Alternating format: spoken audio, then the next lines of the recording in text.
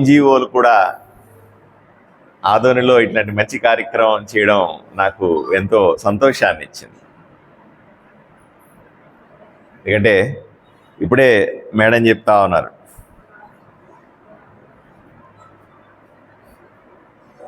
మేము చేసే ఉద్యోగంలో స్ట్రెస్ ఉంది అని చెప్తా ఉన్నారు. మేము చేసే పనిలో ఎక్కువ ఒత్తిడి పడతా ఉన్నాము అని చెప్తా ఉన్నారు.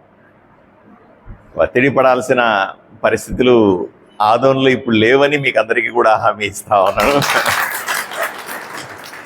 ఇది గత ప్రభుత్వం కాదు, ఇంతకుముందు ఉన్నటువంటి ఎమ్మెల్యే కాదు, అన్నింట్లో మిమ్మల్ని ఒత్తిడి పెట్టడానికి, మిమ్మల్ని ప్రశాంతంగా పెట్టడానికి డాక్టర్ పార్థసారథి ఎమ్మెల్యేగా మీ ముందున్నాడు అన్న విషయాన్ని మీకు తెలియజేస్తా ఉన్నాను.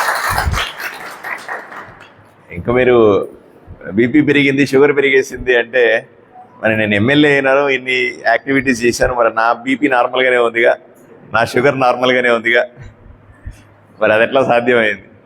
ఏదైనా సరే ఒక మానసిక స్థితి మీద ఆధారపడి ఉంటుంది అని నేను అనుకుంటాను.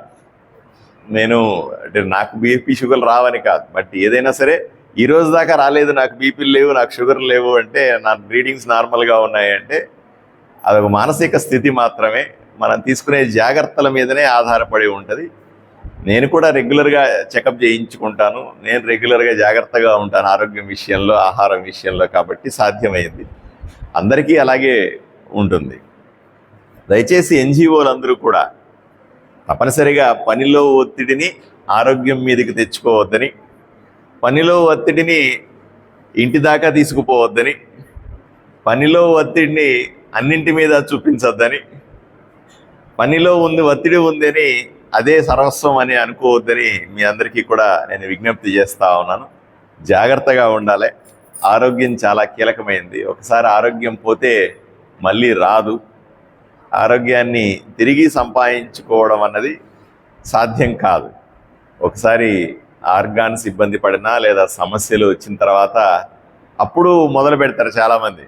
ఆ షుగర్ వచ్చిన తర్వాత అప్పుడు నేను అది మానేశాను, ఇది మానేశాను, అది తినలేదు, ఇది తినలేదు అంటారు.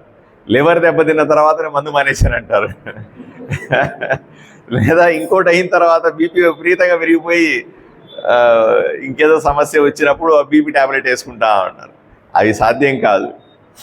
ఏ ట్యాబ్లెట్ లేకుండా, ఏ విధమైన ఒత్తిడి లేకుండా ప్రశాంతంగా జీవితం గడపగలిగితే అంతకు మించిన అదృష్టం ఇంకోటి లేనే లేదని నేను వ్యక్తిగతంగా భావిస్తాను. అందరూ అలాగే ఉండాలని నేను కోరుకుంటాను.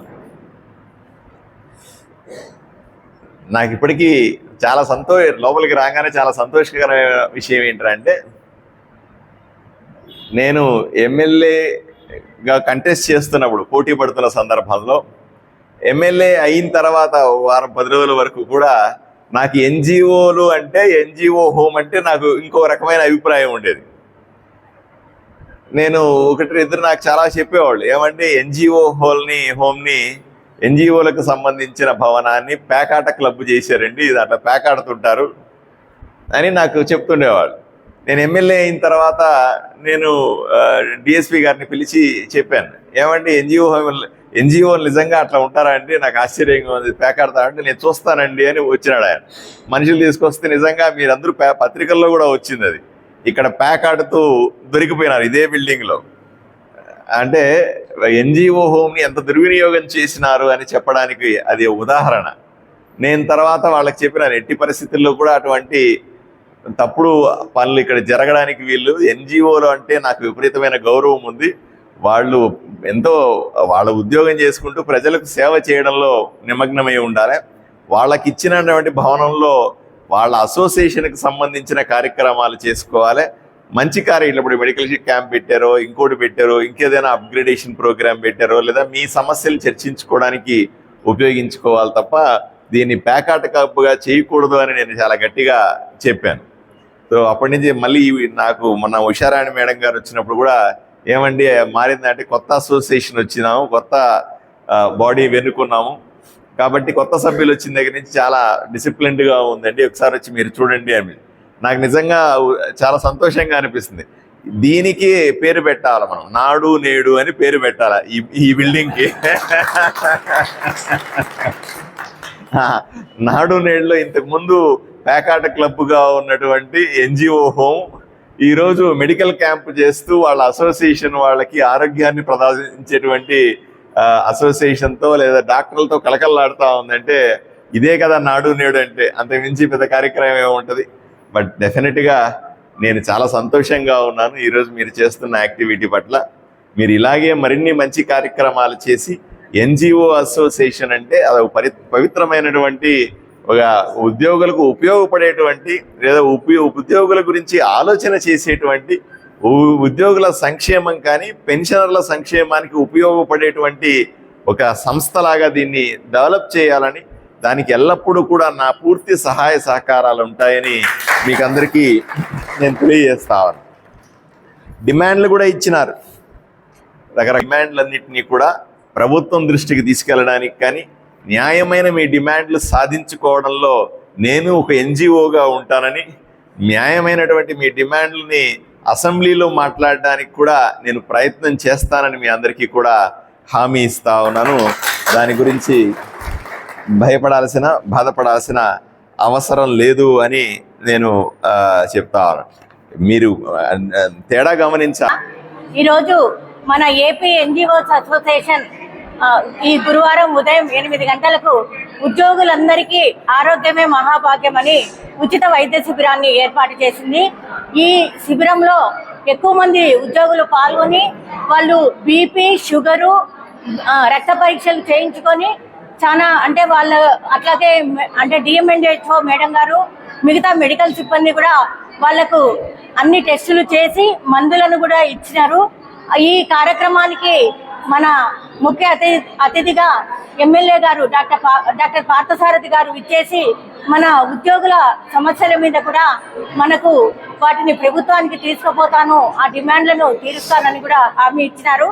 మనకు పెరుగుతున్న ధరలకు అనుగుణంగా మనం అనేక ఆర్థిక ఇబ్బందులు పడుతున్నాము. అయితే ప్రభుత్వం దీన్ని దృష్టిలో పెట్టుకొని మనకు మధ్యంతర భృతిని వెంటనే ప్రకటించాలి. అట్లాగే మనకు గత ప్రభుత్వం పెండింగ్ లో పెట్టిన డిఏలను, పిఆర్సీ అరియర్స్ని ఇవ్వాలి.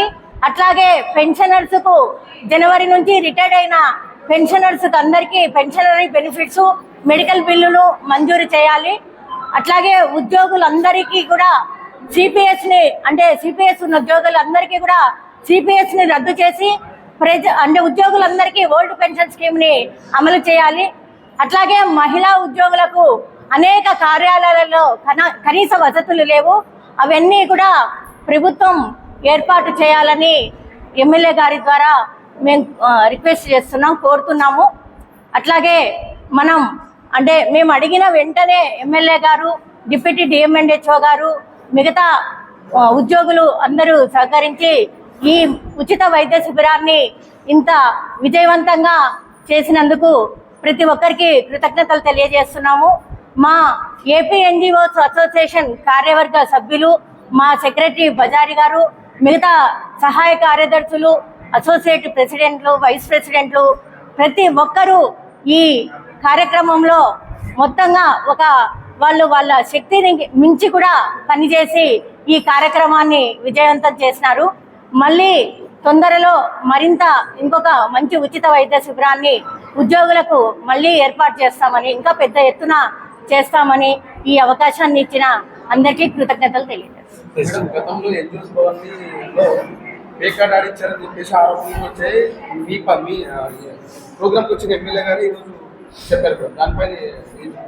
మిత్రులారా, అది అనుకోని సంఘటన.